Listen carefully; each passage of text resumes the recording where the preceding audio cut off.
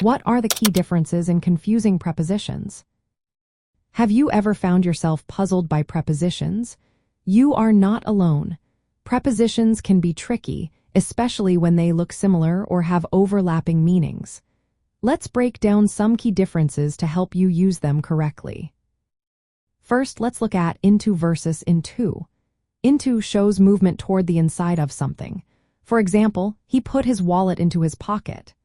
On the other hand, into is a combination of the adverb in and the preposition to. It often occurs when in belongs to the verb and to starts a phrase. For instance, she came in to see you does not imply movement. Next, we have about and of. Of indicates a specific choice or relationship, as in he was thinking of a number between 1 and 10. In contrast, about suggests pondering or general consideration, like in he was thinking about going to law school. Now let's discuss ask for and ask to.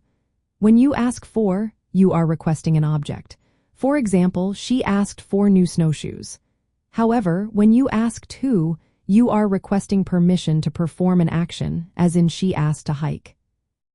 Moving on to heard of and heard about. Heard of means being aware of something's existence.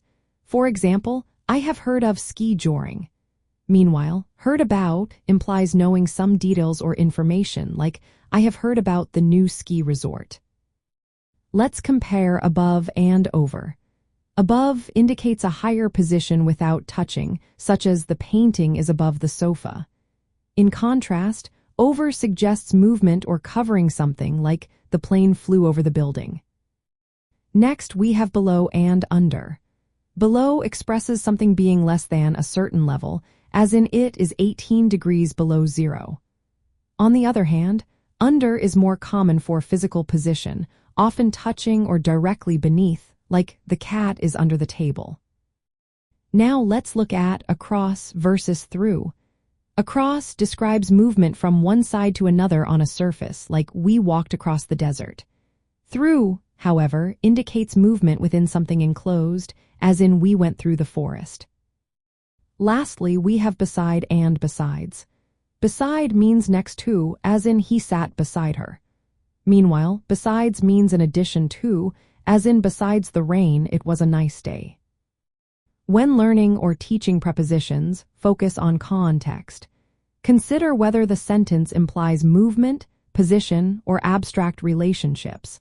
Pay attention to small differences, like whether something is physical or conceptual.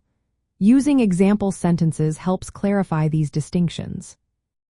Understanding prepositions is essential for clear communication. By grasping these subtle differences, you can express yourself more accurately and effectively.